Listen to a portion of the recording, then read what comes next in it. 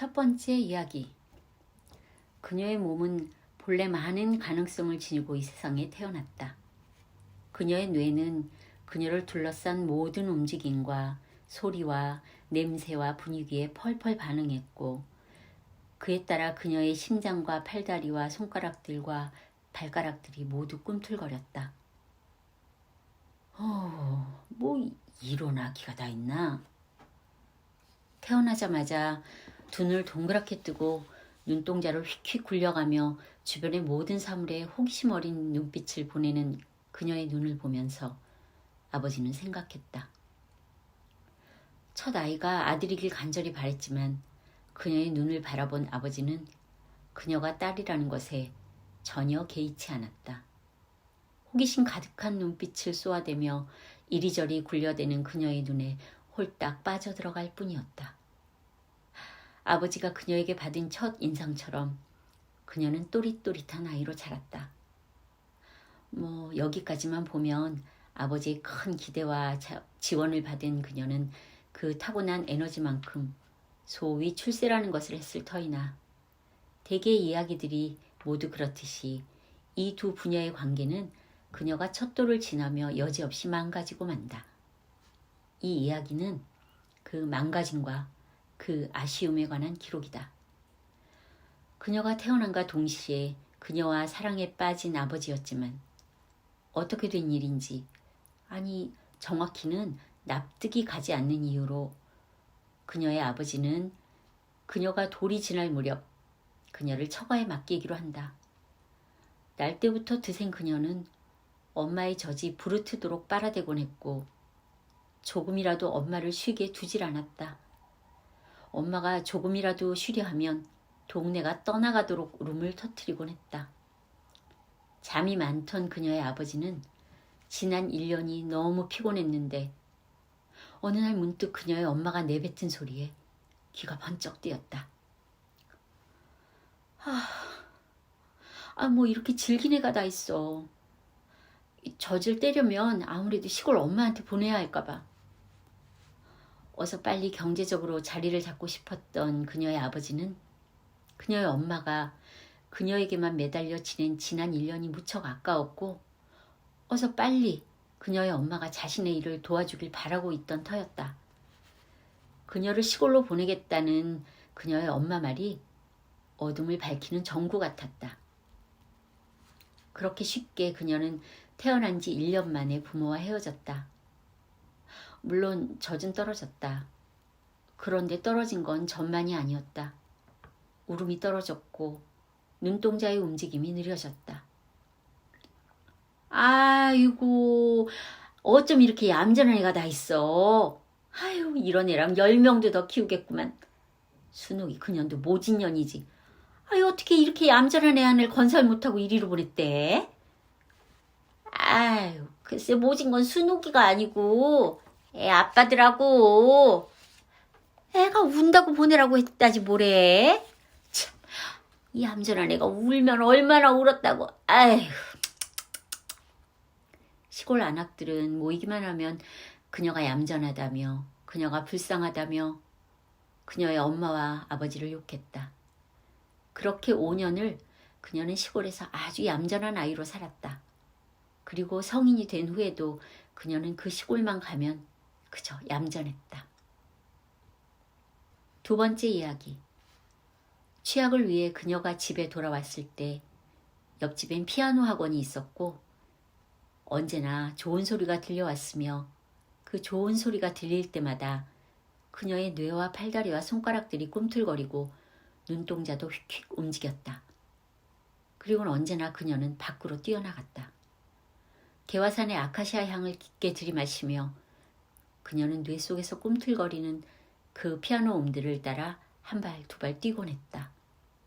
아마도 그녀에게 있어 가장 아름다웠던 한때였다. 아유, 또 뭘 좋은 거니?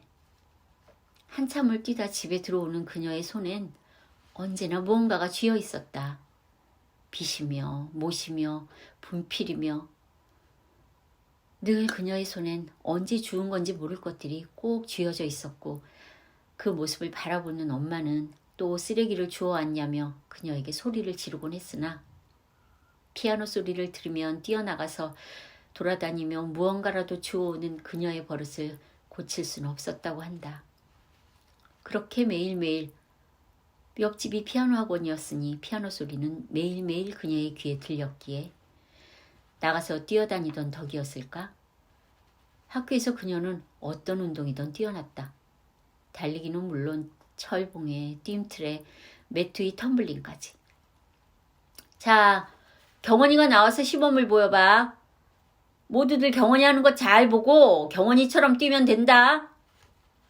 선생의 줄넘기 시범을 보자마자 쫓아하는 그녀를 본 후 선생은 늘 그녀에게 무슨 운동이든 다른 아이들에게 시범을 보이게 했고 아이들은 모두 얼굴도 예쁜 데다가 운동도 잘하는 것을 부러워했으며 그런 그녀의 학교 소식을 들을 때마다 아버지는 그녀가 너무나도 자랑스러웠다. 아마도 이때가 그녀의 인생 두 번째로 아버지의 사랑을 받았던 때였으리라. 물론 진짜로 그녀의 아버지가 그녀를 자랑스러워한 것이 아니라 사랑을 했던 건지 모를 일이나 최소한 그녀와 아버지가 서로에게 폐를 끼치지 않았던 시기였던 것은 분명했다. 하지만 이 두 부녀 사이에 무슨 모진 마가 끼어 있었던 걸까?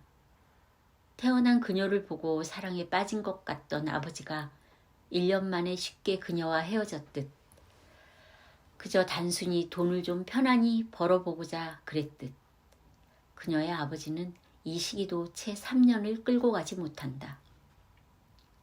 스스로 만족스러울 만한 경제적 자립은커녕 하는 일마다 별 성과 없이 이직만 하던 그녀의 아버지는 그녀와 그녀의 엄마를 데리고 지방의 한 면 소재지로 이사를 했다. 그녀의 아버지는 조금 편하게 돈을 벌고 싶었고 면 소재지가 돈을 벌기에는 서울에 비해 만만해 보였기 때문이었다. 새로운 학교, 새로운 친구를 만날 것이라는 설레임이 전혀 없었던 것은 아니지만 전학 첫날 그녀는 자신의 몸이 전과 다르다는 것을 느꼈다. 그리고 그건 느낌만이 아니었다. 경원이도 서울에서 줄넘기 배웠지? 선생의 지시에 따라 줄넘기를 하려는데 줄넘기를 시작한 그녀를 보고 일제히 아이들이 웃음을 터뜨렸다. 그도 그럴 것이 줄을 든과 동시에 발이 떴고 줄을 내린과 동시에 발이 내려왔기 때문이다. 경원이가 서울에서 줄넘기를 안 배웠나 보구나. 그러면 지선이가 경원이를 따로 가르쳐줘라. 경원이는 지선이 따라가서 따로 배우고 자, 나머지는 선생님 호각 한 번에 10번씩 줄을 넘는다. 알았나? 예 하는 아이들의 함성과 함께 줄을 넘는 아이들 주위로 흙먼지 자욱이 피어오르는데 지선이의 시범에 따라 줄을 넘는 그녀는 여전히 줄만 밟고 그런 그녀를 보는 지선이는 난감하기만 했다. 그 사건 후 그녀는 체육 시간엔 언제나 열애가 되었다. 철봉이면 철봉, 뜀틀이면 뜀틀, 매트면 매트에서 그녀는 늘 아이들의 웃음거리가 되었다. 그렇게 열애가 되고 웃음거리가 된 날이면 그녀는 늘 동네 교회 마당으로 가곤 했다. 아무도 없는 그곳에서 그녀는 늘 늘고나무를 서서 세상을 거꾸로 쳐다보며 걸었고 철봉과 평행봉에서도 늘 거꾸로 매달려 있었는데 그녀가 손으로 걸어다니는 흙바닥마다 거꾸로 매달려 있는 철봉과 평행봉의 땅바닥마다 그녀의 눈에서 나온 물방울들이 맺히곤 했다. 야, 아빠는 학교 다닐 때 운동 참 잘했었는데 너 선생님한테 들었는데 체육 시간에 네가 제일 못한다며? 도대체 왜 그러냐? 어느 날부터 아버지 또한 그녀를 운동 지진아로 여기기 시작했다. 운동 잘하던 그녀를 자랑스레 여기던 기억이 사라진 것일까? 정말 기억이 나지 않는 것일까? 그녀의 아버지가 운동을 못한다며 답답해했던 그날도 그녀는 교회 마당 철봉에 거꾸로 매달렸다. 철봉에서 몸을 앞뒤로 혹은 좌우로 흔들며 중심을 잡은 채 그녀가 전학 오기 전에는 어땠는지 기억이 사라진 혹은 기억을 하지 않는 아버지를 생각했다. 떨어질 듯 말 듯 앞뒤로 좌우로 몸을 흔들면서